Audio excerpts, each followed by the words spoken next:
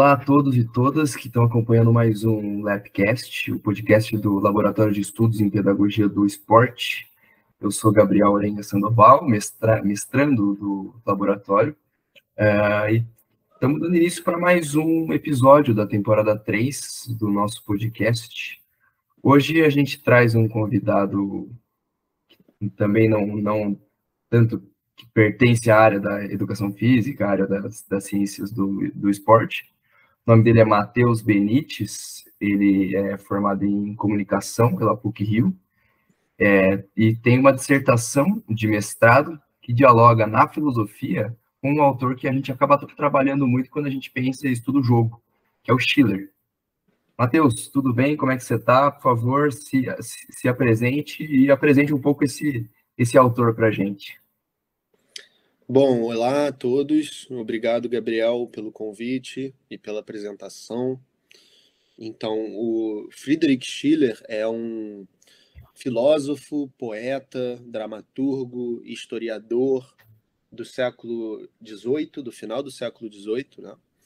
Ele é, portanto, do tempo da Revolução Francesa, né? É um tempo que existe uma preocupação muito grande com a liberdade tanto civil, política, quanto a liberdade moral do indivíduo, né? A filosofia do Kant está muito em alta nesse período, e é justamente aí que o Schiller vai entrar na cena das discussões filosóficas que vão levá-lo a escrever a obra em que ele fala do jogo, né, mais detidamente, que é A Educação Estética do Homem. Na verdade, foi uma série de cartas que ele escreveu para o seu mecenas, o príncipe dinamarquês que o patrocinava, porque o Schiller ele tinha muitos problemas financeiros, apesar de ser um poeta famoso, conhecido pelas suas origens no pré-romantismo alemão, com o movimento Ímpeto e Tempestade, com a peça Os Bandoleiros. Ele não tinha muito sucesso financeiro e ele trabalhava fazendo bicos em revistas, edição, revisão de textos. E ele tinha uma família grande para sustentar e muitos problemas de saúde. Ele contraiu uma pneumonia séria. Então, ele, por meio de um círculo de admiradores, ele ganha a oportunidade de lecionar na Universidade de Iena, né? Schiller é alemão, a Universidade de Iena, na época, era uma das mais prestigiadas, e ele é convidado a dar um curso de estética lá. Né? A estética é a área da filosofia justamente que vai se preocupar com a sensibilidade e com a obra de arte, né? Com tudo que diz respeito ao mundo sensível. Então, ele fica muito impactado pela ideia do Kant, né? Pela estética do Kant. Ele lê uma obra chamada Crítica do Juízo, que é a terceira crítica do Immanuel Kant, crítica no sentido de fundamentação. Ele quer fundamentar a estética, ele não é no sentido de criticar, no sentido de ver como a estética pode se tornar uma ciência. Porque todo o projeto kantiano na filosofia se trata de eleger as disciplinas, os conceitos filosóficos a um nível científico. Para ele, a gente estava se perdendo muito com ideias metafísicas que não eram palpáveis e tangíveis para o conhecimento humano na escolástica e na modernidade inicial. Então, o que ele faz é limitar o conhecimento humano para o que realmente pode ser conhecido, né? Aí tem a primeira obra, que é a Crítica da Razão Pura, que é o que a razão pura, especulativa, abstrata pode realmente conhecer. Aí tem a segunda, que é a Crítica da Razão Prática, que é sobre a vontade, que é sobre como devemos agir, é sobre a moral, né? Que é aí que ele vai falar do seu imperativo categórico, dos seus juízos morais. E a terceira, que é a Crítica do Juízo, ou Crítica da Faculdade de Julgar, em que Kant vai fundamentar aí tanto a estética quanto a teleologia. Teleologia é a investigação se existe uma finalidade para a natureza, se as coisas na natureza têm um sentido implícito. Mas o que nos interessa é a parte da estética, que o Schiller vai ficar bem fascinado com as ideias do Kant sobre o belo, e ele vai tentar rebater o Kant, né, partindo das bases do próprio Kant, porque nessa obra o Kant diz que a beleza ela é desinteressada, né, ela é um juízo, portanto, ela não é uma característica do objeto, ela está no sujeito que diz que algo é belo, não está no objeto que ele chama de belo, é um sentimento, e é um sentimento desinteressado. O que ele quer dizer com isso? Que você não chamaria de belo algo que vai servir a algum fim para você, como, por exemplo, uma refeição que você vai comer, ou uma pessoa que você acha atraente, você quer ter relações. Para ele, isso não é o belo. O belo é, por exemplo, um pôr do sol, é uma flor, é algo que você não tem nenhuma pretensão com aquilo e aquilo te causa um prazer, um sentimento de prazer. E ele aponta também que o belo não tem um conceito. Isso você não consegue dar um conceito para o objeto. Porque a mente humana, de acordo com Kant, está sempre tentando dar conceito para as coisas, o entendimento, né? Que é a faculdade que ele chama e que tenta sempre dar conta do mundo.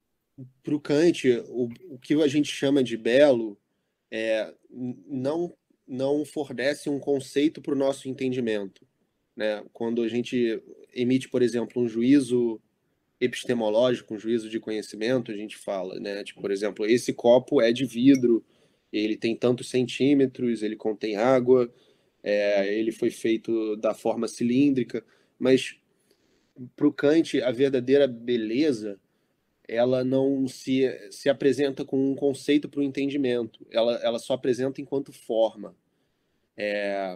Por exemplo, um exemplo melhor de juízo de conhecimento, quando a gente fala todos os homens são mortais, Sócrates é homem, aí a gente deduz que Sócrates é mortal.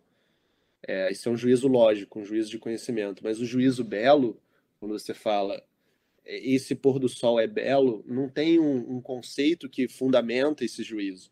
É puramente a impressão, a forma daquilo te causando um prazer.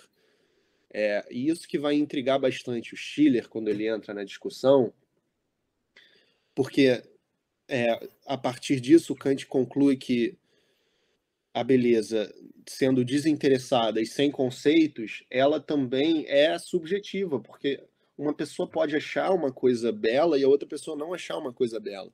E não tem um parâmetro, como tem no juízo de conhecimento, para que a gente possa universalizar isso. E ainda que a gente, quando acha uma coisa bela, por exemplo, eu adoro a série que eu estou assistindo, eu acho que todo mundo vai gostar. Aí você recomenda para alguém e a pessoa não gosta, né? Ou então mesmo um esporte, você fala, cara, eu adoro assistir futebol. Aí você recomenda para outra pessoa, a pessoa não gosta de futebol, prefere basquete. E você fica impressionado com aquilo. Como é que você não gosta? Todo mundo gosta. Que brasileiro não gosta de futebol?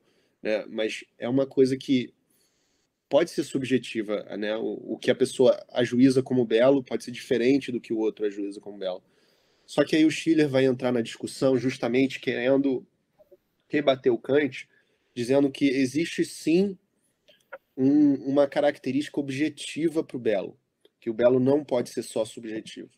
E aí ele faz todo esse esforço no começo, numa correspondência com um amigo dele, o Kerner, um jurista, chamado Calias, ou Sobre a Beleza, que é uma obra que ele não chega a desenvolver, mas é uma obra de correspondências que está esboçada, portanto, né? Não está desenvolvida em obra mesmo. Mas é aqui que ele tenta rebater o Kant, né? E aí ele chega na noção de que a beleza, na verdade, para ele, agora fica um pouco mais abstrato, um pouco mais complexo, mas eu vou tentar explicar com calma. Ele diz que a beleza é liberdade na aparência, liberdade no fenômeno, né?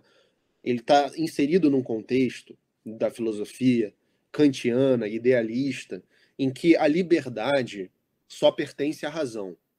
Nada no mundo que não tem razão pode ser livre. Só que aí o Schiller vai dizer que no caso da beleza também existe liberdade até em algo que não possui razão. E isso que é o problema que ele tenta resolver. Ele dá alguns exemplos. Por exemplo, um pássaro voando, ele é como se fosse a liberdade no fenômeno, porque o pássaro ele não é livre, ele não tem razão. Mas ainda assim, quando ele voa, parece que o seu voar é um triunfo da sua forma viva contra a gravidade. Da mesma forma, o cavalgar do cavalo é algo que não deveria ser livre, mas que nos aparece como livre quando a gente assiste aquilo acontecendo e por isso a gente acha aquilo belo. Essa é esse é o raciocínio do Schiller para tentar rebater o Kant. Não é um raciocínio muito aceito, eu já vou dizendo para vocês, né? Tem gente que fala, ele viaja, mistura duas coisas que não tem nada a ver e tal, mas é essa a ideia. E faz algum sentido, porque como nós somos os únicos que, segundo essa filosofia idealista, temos razão, a gente, ele diz que a gente empresta a razão aos objetos. E é quando a gente empresta a nossa razão para algo que não tem razão, a nossa liberdade, que é o mesmo que razão nesse sentido, para algo que não tem liberdade, a gente tá tendo a experiência da beleza, né? A gente tá. Então, ele chega à conclusão que a beleza é tanto subjetiva, como dizia o Kant, porque não deixa de ser um juízo, um sentimento, mas também é objetiva, porque tem algo na aparência daquele fenômeno que nos impele a emprestar a nossa liberdade para ele, ou a atribuir a nossa liberdade a ele. Tá dando para acompanhar? Eu sei que é Sim. uma viagem, né? É, Eu acho que é muito interessante isso que o Schiller traz, e principalmente ele tentando, dialogando com Kant, né? Eu acho que é muito interessante ver de que maneira ele vai tentar repensar essa questão estética, e eu já tinha visto e lido um pouco sobre isso, e é realmente uma quebra, né? Um rompimento. Matheus, queria que você falasse um pouco, dando seguimento nessa linha, sobre a contemplação da estética, né? Você já está falando um pouco sobre isso, de que maneira o Schiller vai abordar esses pontos. então, a contemplação é justamente essa atitude que o Kant chama de desinteressada. Veja, quando a gente está envolvido em uma tarefa, por exemplo, num trabalho de escritório, ou num trabalho de redação, ou de construir alguma coisa, a gente está interessado, a gente está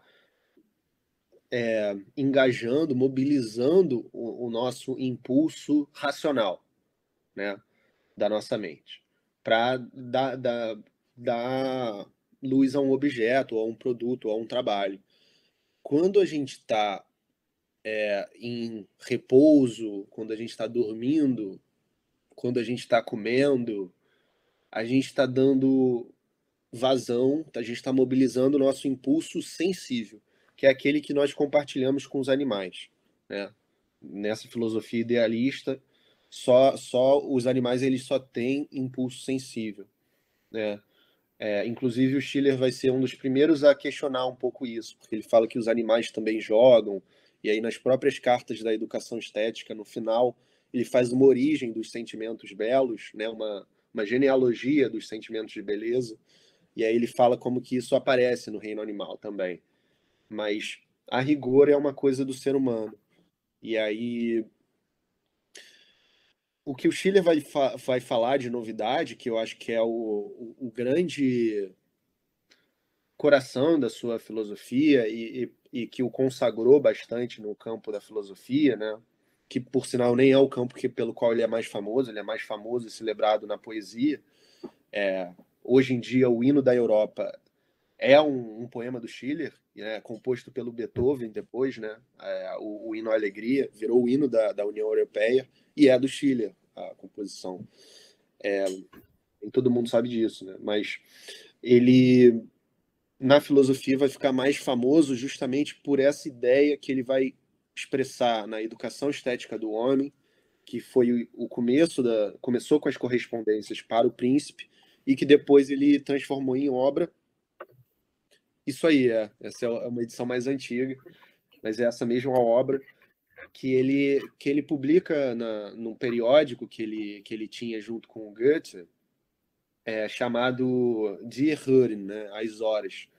Ele publica em três volumes a obra, e a obra é o que ele considerava sua filosofia elementar. Ele tenta dar conta dos problemas da filosofia da época a partir da estética. Não se trata apenas de um filósofo da arte, portanto. Se trata de um filósofo idealista, tal como Kant, tal como Hegel, que parte da estética para resolver os problemas mais amplos da filosofia. Então, a contemplação em Schiller, ela vai ganhar um caráter mais ativo, porque ele vai falar que quando o ser humano está engajado num trabalho, ele está coagido por um lado. Quando ele está engajado em algo sensível, ele está coagido pelo outro lado. Mas quando ele está fruindo, contemplando, ele está livre de coações. Ele está com os dois impulsos, sensível e racional, harmonizados, do qual ele deduz um terceiro impulso que ele chama de lúdico. O impulso lúdico é o impulso que harmoniza as faculdades mentais do ser humano e que o impelem ao ilimitado. Né? Ele fala de um jeito muito romântico sobre essas coisas, muito abstrato. Mas o que ele diz no meio dessa abstração toda é isso, né? E em outras palavras, que ele fala a sua frase mais famosa, né? Com o agradável, com o bem, com a perfeição, o homem é apenas sério. Com a beleza, no entanto, ele joga. É isso que ele quer dizer aqui, né? Que com o bem, com a perfeição, ele está falando do impulso racional, né? Com o agradável, com aquilo que agrada aos sentidos, tipo o cheiro, a comida, é o impulso sensível.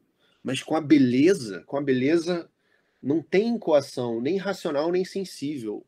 Então, ele é finalmente livre. Por isso que ele joga. Porque o jogo é quando não existe uma obrigação para o jogo. Né? O jogo não é algo de subsistência. A gente não precisa jogar para sobreviver. O jogo ele vem do ócio, ele vem da liberdade, portanto. É muito diferente das atividades para dar conta do impulso sensível, como comer ou dormir, ou do impulso racional, como descobrir a verdade, qual é a melhor estratégia para alguma coisa. Então, por isso que ele fala que o ser humano é livre plenamente e somente quando joga. E isso é algo muito grande para se dizer nessa época, sobretudo, porque era uma época que estava muito marcada pela coação da sensibilidade por parte da racionalidade. Estamos falando do iluminismo, estamos falando da Revolução Francesa, né, em que se tentou fazer uma mudança radical na sociedade a partir de ideias, né? E o Schiller ele vai ser crítico à Revolução Francesa, e ele fala isso também na obra, mas veja, ele não é crítico no sentido de um conservador, no sentido de alguém que prefere a monarquia, não. Ele é crítico no sentido de que ele achava que a humanidade não estava pronta para os ideais de igualdade, fraternidade e liberdade da forma como foi coagida a aparecer pronta. Porque a liberdade verdadeira, ela precisa vir de uma sociedade de seres humanos que contemplam, que fruem, que têm essa liberdade de aptidões da mente. E no caso do que acontece na Revolução Francesa, a gente vê, estudando, né, nos livros de história e tudo mais, uma coação muito forte de princípios racionais sobre a sensibilidade, sobretudo no período que ficou conhecido como terror. Quem não se adequava cortava a cabeça, sabe? Então se degenerou em barbárie porque não houve, de acordo com Schiller, um cultivo da sensibilidade que o harmonizasse tanto quanto a racionalidade. E para ele, a solução para resolver esse problema seria justamente o cultivo da estética, cultivo do jogo, né? Que possibilitaria esses ideais tão almejados de se instaurar harmônica e naturalmente, e não sobre a violência, sobre a barbaridade da forma que aconteceu, né? Então é algo muito abstrato, mas... É aí que entra o termo que ele vai chamar de cultura estética? Sim, a cultura estética, para ele, ele fala isso na terceira parte da obra, né, na parte mais final das últimas cartas, seria uma cultura que é formada por cidadãos livres, mas livres nesse sentido idealista, nesse sentido filosófico, não no sentido só político. Veja, porque você pode participar de uma constituição política na qual você é livre, mas você ainda ter comportamentos bárbaros. Então, para o Schiller, o indivíduo ele só seria livre quando ele tivesse harmonizado dentro de si tanto a sua parte racional quanto a sua parte sensível. E quem proporciona isso é a beleza. Beleza no sentido amplo, tá? Não só o que é bonito, mas a forma, a sensibilidade, a estética, o engajamento não interessado com o mundo. E aí também o esporte e o jogo fazem parte. Porque é justamente o que põe em harmonia os dois impulsos. É a única coisa do âmbito de possibilidades humanas que tem os dois impulsos em equilíbrio. Então deve haver algo de especial nisso, né? E o Schiller foi o primeiro a enxergar como que a estética pode ter um potencial educador. E a cultura estética seria justamente esse estado de iguais, né? De iguais nesse sentido, de pessoas que são irmanadas por uma disposição lúdica para com o mundo, por uma disposição não mais de coação de um impulso sobre o outro, né? Existiam pessoas que têm uma coação do impulso sensível no racional, que são pessoas brutas, pessoas, sabe, que agridem, pessoas não educadas, rudes. E existem pessoas também que coagem o sensível com o racional, que são pessoas que são só racionalidade, sedentarismo, sem sociabilidade nenhuma, sabe? E, e a estética, né? Seja a estética na forma de participação e fruição e contemplação de obras de arte, mas também de esporte ou mesmo de sociabilidade, tá? Conversas, salões, né? Tudo isso faz parte do que a gente está chamando aqui de estética. Isso permite ao ser humano o que está deslocado para um lado, assim como o que está deslocado para o outro, se encontrarem no meio do caminho. É basicamente em outras palavras, a filosofia do Schiller, né? Interessante, Matheus. E acho que o que você está falando vai ter um pouco a ver com a frase que ficou muito famosa e que é muito falada quando fala sobre jogo, quando Schiller falou, pois, para dizer tudo de vez, o homem joga somente quando é homem no pleno sentido da palavra, e somente é homem pleno quando joga. Isso. Nesse sentido, entendendo todo o contexto histórico que você falou dele, né? Ele vivia durante a Revolução Francesa e tudo mais. Que jogo é esse que ele está falando explicitamente? Então, é uma boa pergunta, porque o Schiller ele nunca veio a buscar esclarecer o que ele quer dizer com esse jogo. Então, é algo que nós, estudiosos e comentadores, né, ficamos a elaborar a partir do todo o corpo do seu trabalho. Na minha visão, o jogo que ele está falando é uma forma de mobilização das faculdades mentais do ser humano para com o mundo, que é uma forma não privilegiada nem para o lado racional, nem para o lado sensível, né? E isso pode aparecer tanto quando você está contemplando uma obra, como um quadro, ou uma música, ou um filme, ou um pôr do sol, também, ou uma beleza natural. Assim como quando você está na sociabilidade, tendo uma conversa com seus amigos em um restaurante, ou discutindo com alguém de uma maneira não interessada, algum assunto, né, de uma maneira, sabe, sem que seja necessária. Ou então também durante o esporte, né, que eu acho que é o que mais interessa a vocês nesse caso, porque ele não é algo que vai coagir o ser humano para um lado nem para o outro. Ele vai, o jogador ele tem que estar com as suas aptidões equilibradas, né? Se ele for muito racional, por exemplo, num jogo, ele não vai conseguir lidar bem com o físico. Ele vai, por exemplo, sabe, ele não vai conseguir acertar um passe ou dominar uma bola ou sabe, ou prestar atenção para qual é a sua próxima jogada. Mas por outro lado, também se ele for só físico, talvez ele deixe de perceber algo, algum tipo de estratégia ou algum jogo de cintura que ele podia fazer durante a partida, que fosse dar uma vantagem para sua equipe.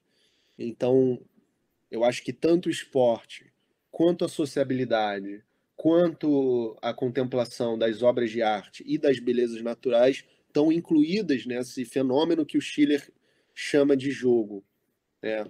E, e o jogador, em todos esses sentidos, ele vive a sua humanidade no sentido mais pleno da palavra. Aquele que não é possível, em teoria, a outros seres, mas apenas ao ser humano, que é justamente o do impulso lúdico, o do impulso que está além do sensível e que está além também do racional, mas que está com os dois equilibrados. E é o máximo estágio de liberdade que qualquer ser pode alcançar, de acordo com essa filosofia, né? Então, acho que é mais ou menos isso. Muito interessante. Acho que a gente consegue pensar a partir disso como talvez o Schiller não tenha construído toda a sua filosofia, e obviamente não fez isso, e também não construiu a sua concepção de jogo para o que a gente entende, ou para a maneira com que a gente joga hoje em dia, a maneira com que o esporte é construído e é pensado nos dias atuais. Mas, ao mesmo tempo, muito daquilo que ele disse talvez seja muito possível da gente pensar e entender como uma maneira talvez a melhor maneira com que o jogador possa agir durante o jogo, né? Que é equilibrando esses dois polos, né? Não sendo só racional ou sendo só sensível, mas tentando equilibrar o inteligível com o sensível para que ali ele consiga se entregar da maior maneira possível para o jogo. Achei muito interessante pensar nessas características. Então, Matheus, eu estava pensando aqui, muito daquilo que você falou no começo também, né? Que o belo para o Schiller não é só subjetivo, é também objetivo, né? De que maneira o Schiller talvez pensaria a beleza do esporte? De que maneira ele pensaria que uma jogada específica é bonita, que um lance no tênis, no vôlei, no basquete, no futebol, como que ele falaria esse lance é bonito, esse lance não é bonito, ou de que maneira ele pensaria isso, obviamente pensando os dois polos, o inteligível e o sensível? Então, essa é uma pergunta muito interessante, porque é uma pergunta até mais fácil da gente responder, porque o Schiller dá pistas de algo que ele chama de estilo, né? Do que para ele é considerado uma obra de arte bonita, o que é uma feia, o que é uma maneirada. Ele fala isso no Calias, numa das últimas cartas. E eu acho que dá pra gente aplicar muito bem a beleza do esporte também, né? Porque ele diz: percebemos a beleza, acima de tudo, onde a massa é inteiramente dominada pela forma. Então, o que eu estava falando do cavalo, né? O cavalo é um ser pesado, sabe? Tem muita massa. Mas a delicadeza do seu cavalgar, ou seja, a forma, é muito mais destacada do que a sua massa. Então, aquilo é belo, né? Para o Schiller, da mesma maneira, uma obra de arte, por exemplo, uma escultura de um rosto, né? O rosto de uma deusa. Quando a gente vê na escultura, que é feita de mármore, o rosto da deusa mais do que o mármore, então é uma obra bela. Mas quando o mármore se destaca mais do que o rosto, que deveria se destacar, então para o Schiller já não é bela, é feia. E tem até uma terceira categoria, que é a maneirada, né? Que é o oposto de estilo para ele, que é quando você vê a mão do artista por trás, quando o artista pesa a mão, sabe? Quando o artista quer parecer, sabe, bonito ou estiloso de alguma forma, e ele exagera, é afetado. Então é a maneirada. Por isso que ele fala que na arte existe a competição de três naturezas. Tem a natureza do artista, tem a natureza do material, seria no caso o mármore, e tem a natureza da obra em si, que é a forma, é a deusa, o rosto da deusa, que é o que deveria se destacar na obra. Então, se a gente pensar, por exemplo, o esporte, né? Uma cobrança de pênalti, não sei. Quando é amaneirado, quando, por exemplo, o jogador tenta fazer uma cavadinha e não fica muito legal, sabe? Fica uma coisa forçada, você vê que não deu muito certo, não foi como um outro jogador faz, sabe? Ele tenta fazer, tipo, sei lá, que nem o Neymar ou o Ronaldinho, e não sai legal, sabe? Sai estranho, mesmo que ele faça o gol. O público acha um pouco estranho, é tudo intuitivo, ele já vê, ele tentou aprontar aí. Então seria uma cobrança maneirada. O que é uma cobrança bela? É quando a forma triunfa sobre a matéria. Então, a forma do gol, né, do chute do pênalti no gol, triunfa sobre o jogador, o campo, a rede, o goleiro. Né? Todas essas matérias são subjugadas pela beleza, pela poesia daquele gol, que foi uma bola colocada na gaveta, no ângulo, com um toque muito sutil de peito do pé ou de trivela, não sei. Então, esse seria um gol belo. E o gol feio seria, por exemplo, aquele cobrança que a bola mal entra no gol, que o cara bate de raspão, o goleiro toca na bola antes de entrar, ela quase bate na trave, sabe? Aquele gol de sorte. Ou quando o cara bota para dentro, assim, sei lá, de coxa, sabe? De um jeito todo, assim, futebol brasileiro mesmo, assim. Na raça, né? Então seria o feio, né? Então eu acho que dá para mim, é a primeira vez que eu faço esse exercício aqui com você, de aplicar a coisa que ele escreve sobre a obra de arte para o esporte, mas eu não vejo por que essas categorias não possam ser perfeitamente deslocadas de um campo para o outro. Nossa, muito interessante, Matheus. Acho que a gente talvez tenha aí uma possibilidade de pensar, de realmente entender aquilo que é belo e que talvez não seja belo, e que, baseado naquilo que o Schiller falou, né, de toda a concepção que ele Exato. tem a partir da obra de arte, e que acho que faz muito sentido, né, quando você fala de quando o artista pesa um pouco a mão, talvez quando o jogador que vai bater o pênalti talvez pese um pouco a mão, ou talvez ele queira É, fazer algo que não seja possível de ser feito, né? Não seja adequado ali àquela situação. Achei muito interessante essas suas aproximações. E acho também muito interessante, e algo que eu não sabia, que o Schiller ele é mais conhecido pela poesia do que pela filosofia propriamente. E acho que faz muito sentido pensar entender, né, toda a filosofia dele, sabendo que ele é, antes de tudo, um grande poeta. Né? Faz, acho que, muito sentido. E foi o que me interessou muito para estudar ele, foi isso também, porque ele é um ser híbrido, ele mesmo falava assim, que ele é desses dois mundos, né? Ele falava, eu tenho o meu ateliê filosófico e eu tenho o meu ateliê poético. Aí depois de escrever essas obras, ele escreveu para o Goethe, né? Já está na hora de fechar o ateliê filosófico, eu quero voltar para o teatro. Aí ele deixa o Kant, deixa tudo isso de lado e passa os seus últimos anos fazendo peças, né? Que é onde ele foi mais elogiado, mais consagrado mesmo. E, e é isso, é um cara que é interessante, né? Porque tudo em torno do Schiller leva a ver a essa questão da sua noção do ser humano, que é um ser de duas naturezas, né? Tem a natureza sensível e a natureza racional. E ele também, né, tem a natureza sensível, no caso a arte, e a natureza racional, no caso a filosofia. E ele habita esse terreno híbrido entre os dois. E ele constitui uma filosofia muito original, assim, do período, né, a partindo dessa sua concepção do ser humano. Matheus, queria agradecer pela conversa. Acho que muito interessante mesmo. Acho que facilita a gente e coloca até dúvidas na nossa cabeça que a gente está estudando jogo, está estudando esporte. Acho que ajuda muito a gente a pensar algumas coisas e repensar algumas outras também que a gente vem pensando. Valeu, Matheus. Até mais. O Labcast segue por aí. A gente tem novos episódios e contamos com a audiência de todos e todas. Matheus, obrigado.